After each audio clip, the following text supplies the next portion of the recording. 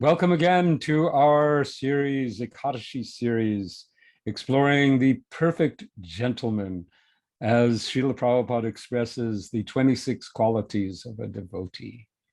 And so we're very, very happy again to have our glorious Siddhanta Prabhu to guide us through and take us. He is selecting these snippets of the memory series that explore these qualities. And today, Siddhanta, tell us, what is the quality that we're going to be exploring? Right. Today is the 14th quality out of the 26, yes, which is that a devotee is very meek. Meek.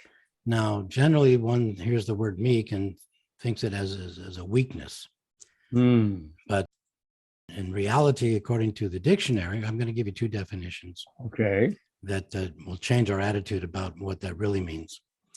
That, first of all, meek means enduring injury with patience and without resentment. Okay, yes. And the other one is the actual biblical definition of being meek, which is an attitude or quality of heart whereby a person is willing to accept and submit without resistance to the will and desire of God. And those are the meek that will inherit that's the biblical meek. That's right. That's the spiritual aspect that we're going to look at today. And we're focusing on 7 amazing stories.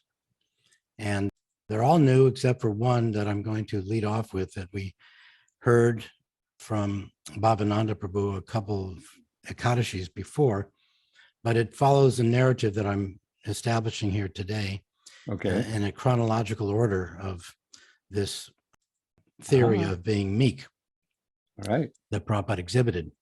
And so hopefully one hasn't heard his story before, but if so, bear with me or fast forward through it if you've already heard it.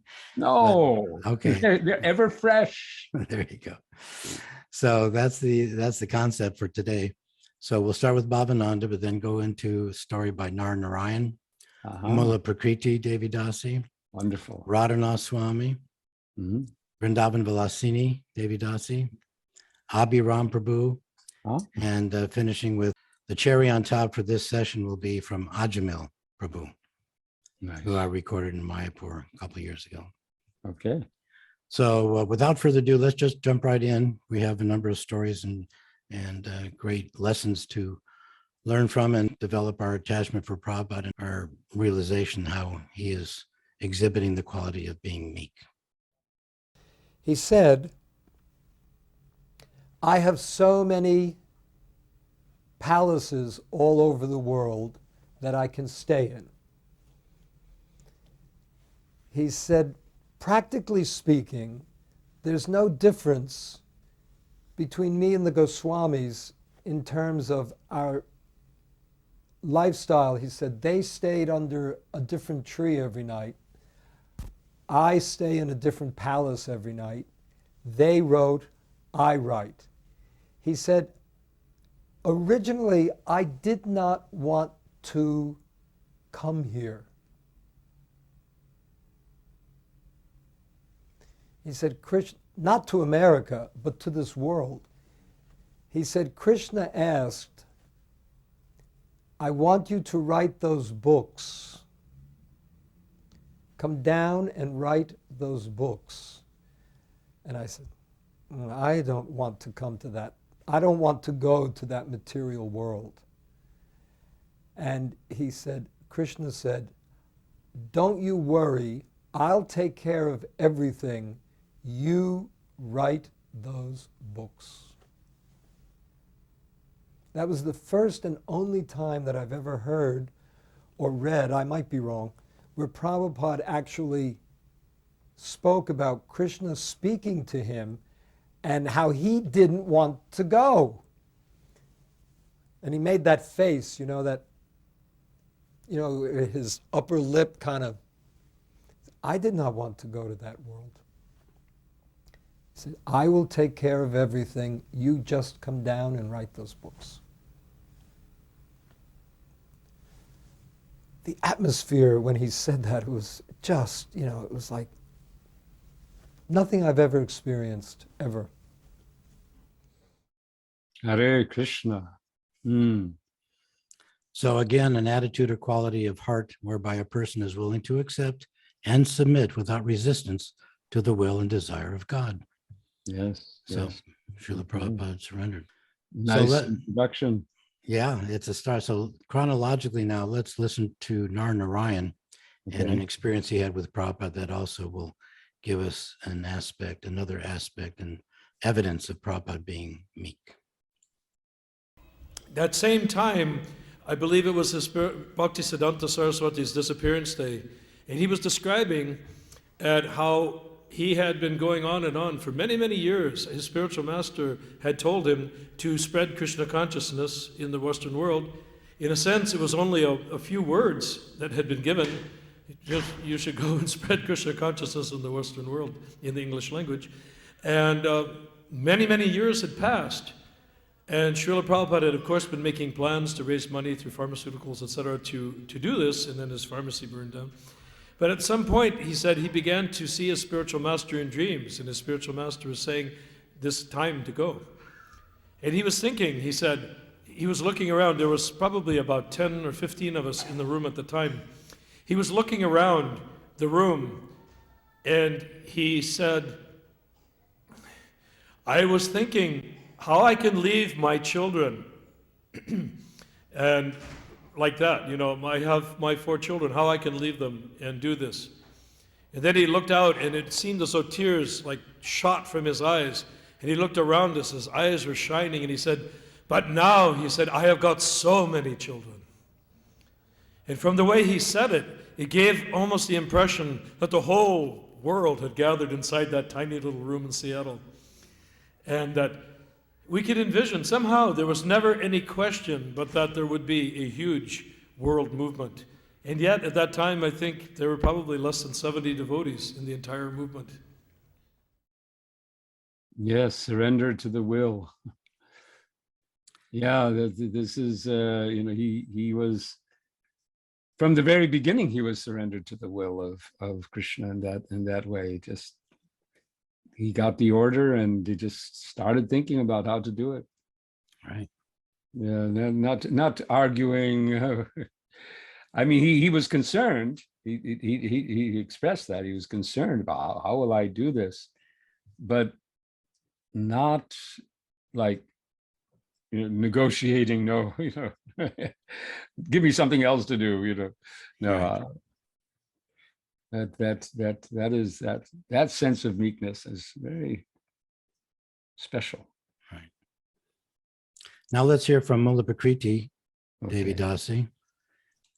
This is one that is a unique story that she has also written in her book that she wrote when she interviewed a lot of Prabhupada's godbrothers and associates in India before he came to the West. So these are very unique stories. So please take note of this particular incident from Mula Prakriti Devi Dasi. I was in Mayapur, and one day this gentleman, this old Vaishnava, I don't know that he must have been a Gaudiya Vaishnava. Anyway, he came to the Pujari room. He was looking for someone to talk to, and he was holding this Back to Godhead magazine. And he said, is anyone here who is disciple of Bhaktivedanta Swami Maharaj? And a few of us said, well, we are.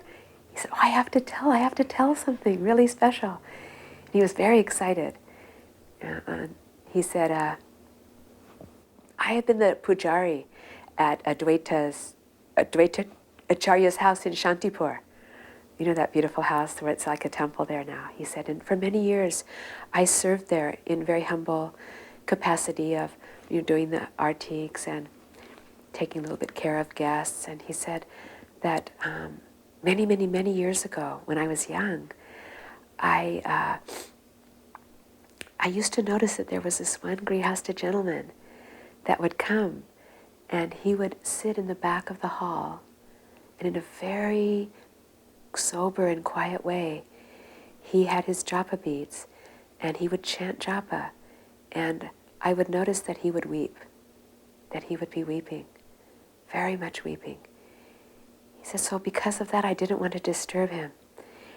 But I would notice him, and whenever he would come, I would be so happy to see him. My heart would fill with joy. He said, and I would always try and give him some Mahaprasadam or some little thing, but I never asked who he was or anything like that. He said he always moved with great determination. And he was came in a very determined way, and he left in a very determined way. Sometimes he would stay almost all afternoon and just chant. And he said, and then after some time, I noticed that he didn't come anymore. He said, I looked for him, but he didn't come. And then he said, after a few years, one day I was doing my seva, and I noticed that there was someone sitting in the exact place where he used to sit in the back, who was chanting like him, but he was wearing saffron robes. And he said, I looked quite closely, and I recognized that it was my old friend, the man that I had always watched. And he was chanting in that same way, but even more deeply, and weeping, so much bitterly weeping. He said he was weeping so much that he himself was weeping. And finally, he gathered together some Mahaprasadam, and he waited until that sannyasi was finished, and when he was ready to leave, he came up to him and he said, here, you remember me? I brought you some Mahaprasadam. And I'm so glad to see you. I didn't recognize you at first. What is your name? Who are you? He goes, I've been watching you for so many years. Who are you? And then that man said, my name is Abhay Charnaravinda Bhaktivedanta Swami Maharaj. And I am a humble and very fallen disciple of my most glorious Gurudev, Srila Bhaktisiddhanta Saraswati Thakur Prabhupada. He said, and the reason that I've been coming here for so many years is because this is the place where Chaitanya Mahaprabhu and Nityananda Prabhu and Advaita Prabhu used to gather to plan the whole worldwide movement of this Sankirtan mission. They would come here together. This is such a holy place. He goes, so I have been coming here, and I've been praying at the dust of this place and at the dust of their feet for their mercy. He said, because many years ago, my Gurudev gave me an impossible mission. He ordered me to go across the ocean and somehow plant this Krishna consciousness, this pure Vaishnava Krishna consciousness on that foreign soil. He goes, I am not knowing how to go, and I am coming here and I am praying for them to give me guidance and inspiration. He said, and I'm feeling great mercy. He said, but tomorrow I am actually leaving. I am leaving Bharatvarsha. I am going on a ship. I don't know even which direction it's traveling. I'm going. I have no place to turn. I don't know what will happen except that my Gurudev has given me this order, and the personalities of this place have given me their mercy. He said, would you also bestow upon me your mercy? And so that devotee said, he said, oh, of course you have any mercy that I have to give. He said, I pray that you will be successful. And then Prabhupada said, may we meet again. And then Prabhupada took whatever little bag he had and he walked away. And so we know from history that that was when Prabhupada had come to leave, and he had come and made one visit to Mayapur and had come there also. And then the next day he left on the ship. Yes. That feeling you get hearing that of a soul meek, like I'm getting this impression of a very, very strong, personality, but given, tied like a to the rope that has been guided by his guru, just and he wrote like this, a puppet. I'm just a puppet. Make me dance, just putting yourself into that, just be the instrument. Yeah. So that's really a classic story. Now we've just left off where Prabhupada at this point from this story is going to board the Jaladuta. So now let's hear from Radha Swami and take us to that day when he boarded. Srila Prabhupada writes, when he left, only 5 people were there to see him off. A Mr. Bhagavati, a Mr. Sen Gupta, the Dwarwan of the Scindia Railway, the Scindia steamship lines, Mr. Ali, and his son, his smallest son, Vrindavan Chandra Dey. That was his send-off. Later on, I asked his son, Vrindavan, what were you thinking when your father, just going on 70 years old, was walking up the steps to the Jaladuta, all alone, carrying only 40 rupees, and not knowing anyone to help him? His son told me with tears in his eyes, I was proud of my father. When we talk about the meekness of Srila Prabhupada, but you also, it's balanced with this strength at the same time. It's an extraordinary quality, determined, strong, and yet no, what would be the opposite of meek? It's, arrogant, right? No arrogance. The meekness is in that demeanor that he had of being Krishna's servant. No arrogance, no, I'm just a servant. Right. Prabhupada has described himself that during the trip, he suffered 2 heart attacks. It was not an easygoing journey. So that definitely fulfills the definition, the first definition that I spoke of, where meek is determined as being enduring injury with patience and without resentment. Yes. Now let's listen to another Mataji Vrindavan Balasini, Okay. who we recorded in Vrindavan. And this is her realization about Prabhupada that fits this example. Her realization about Prabhupada's meekness and inner strength, essentially. Well, even as we hear in Bhagavatam, the most important one, that everything else is his complete surrender to his Guru, Guru Seva. Surrender like this, 100%. We could see selflessly surrendered to Srila Bhaktisiddhanta Saraswati Thakur. That was his life, and that's what he taught. Everything will be successful if you just surrender and make the instructions and the moods, the inner moods of your Guru, your life and soul. That's what brought Prabhupada to America. Yeah, everything like this. And of course, kirtan.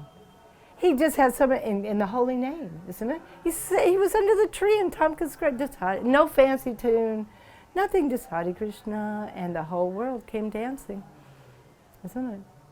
So he had that faith in Sri Guru and Harinam, like this, Of course, he is an eternally liberated soul, so he brought Vrindavan with him. That's the quality, So he has the qualities of the Brajvasis, especially those in the group of Sri Rupa Goswami. He's Rupa Nuga. And that, he always talked about Vrindavan, always. So. And all the rest was there, the humility, everything was just naturally there. But Bhaktisiddhanta was everything to him.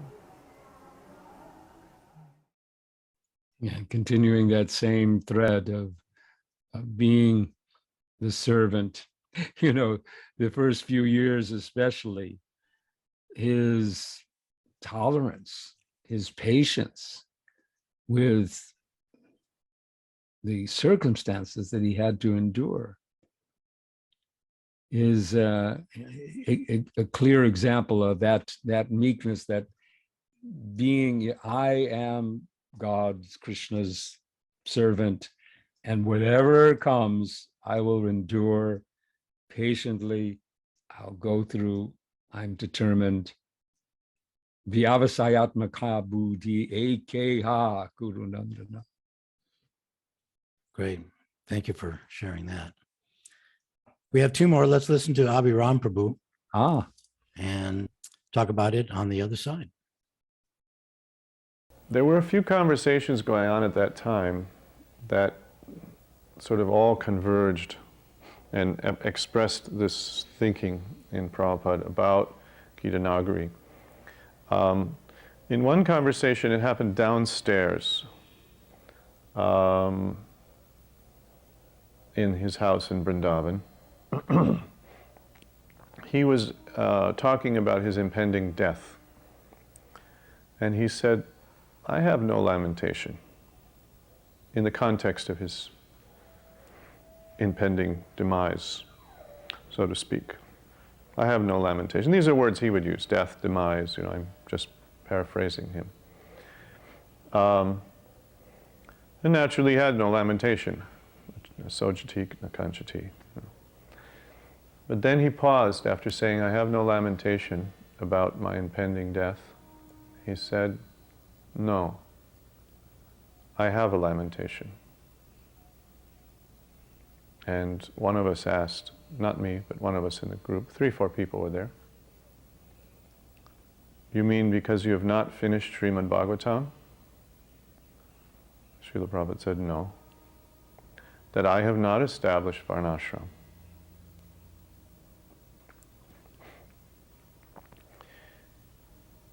He said, 50% of my work is incomplete because I have not established Varnashram. Now these two statements I heard in my own ears in Vrindavan. Then this thought kept coming up, what to do about this 50% of his incompleted work. It was in his mind.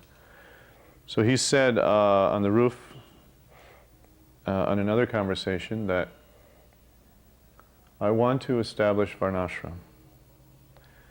And I believe I asked him, how will you do that? It may have been Tamal Krishna, it may have been someone else, but it represented what we were all thinking.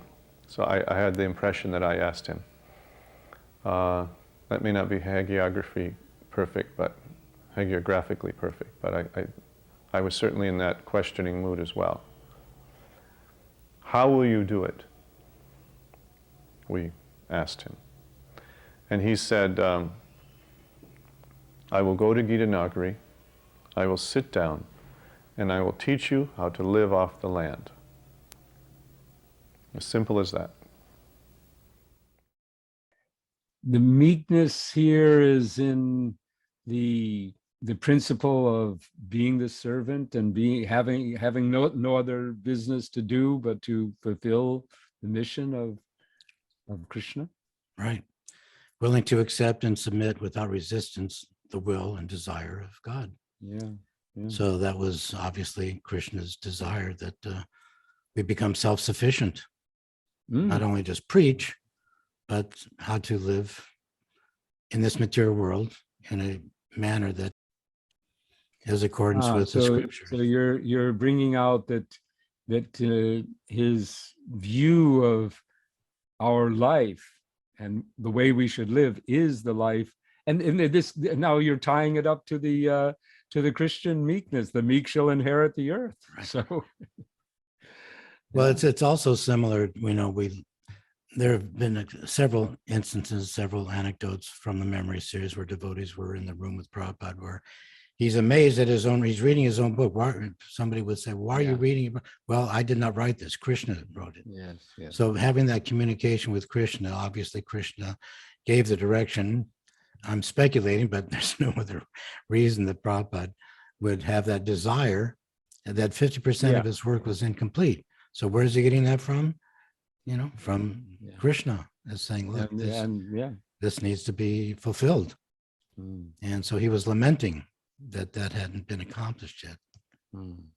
We also need to learn that meekness, perhaps, to fully accept the desires of our founder Acharya in everything that we're doing. The last one is going to be Ajamil Prabhu. Ajamil, okay. And he is presenting with great realizations from a particular class that he was in with Prabhupada there in Mayapur. So let's listen to Ajamil Prabhu. So one time in Mayapur, Srila Prabhupada was giving a class shortly after the opening of the Mayapur Chandrodaya Mandir. And I remember this class very specifically.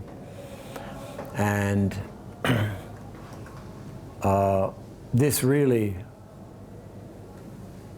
exemplifies Srila Prabhupada's absolutely sublime character and his humility.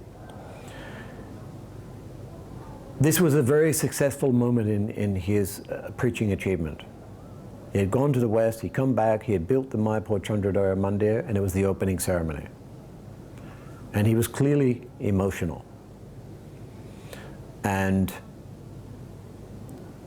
the amazing thing that he said, that I remember very clearly, he said, I'm unfit to be your leader. And I couldn't understand. When I was hearing that then, it didn't register with me. But after reflection upon his words, after all these years, I can realize that out of genuine humility, he actually meant it. He would say, I'm unfit to be your leader. He said, Lord Chaitanya has planted you all over the world.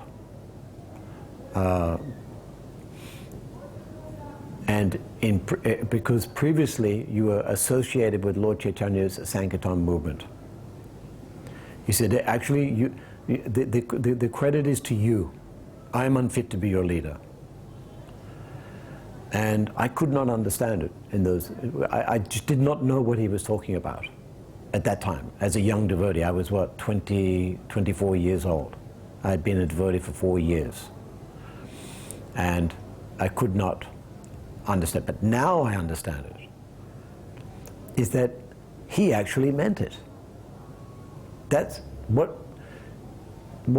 really impresses me tremendously, is that he had everything to be proud of. He had everything to boast about. But he genuinely thought he was unqualified. He said, I'm not fit to be your leader. And he actually meant it. I could never do that. As soon as I get a little bit of achievement, you start gloating, you start feeling a little bit elated, but not with Srila Prabhupada. So how can we understand, the purity of such a Mahabhagavat like Srila Prabhupada and his humility, the humility that he displayed in that instance amidst his glorious achievement. And he never ever was proud. But at the same time, he was never ever fearful of chastising people, his competitors, who didn't spread the movement according to the wishes of Srila Bhaktisiddhanta Saraswati Thakur. So Srila Prabhupada's character of humility in the midst of his absolutely amazing achievements is something that's very hard to comprehend. It can only come from someone who's a Mahabhagavat, and that was Srila Prabhupada. Just while I was listening, I was thinking about, the opposite of being meek and humble. Meek and humble, usually they go together, and the opposite is proud, arrogant, So yeah, this is so much of a common thread we're seeing in the qualities of the devotee, humility. Anyway, thanks for listening and ability to share this with others who Thank you very hopefully much. will log on and pass it on, share with No, their friends. many do. And this Ekadashi, we hope you'll all experience the same mood that Srila Prabhupada has expressed in his life. And let us all try to follow in those footsteps. Hare Krishna.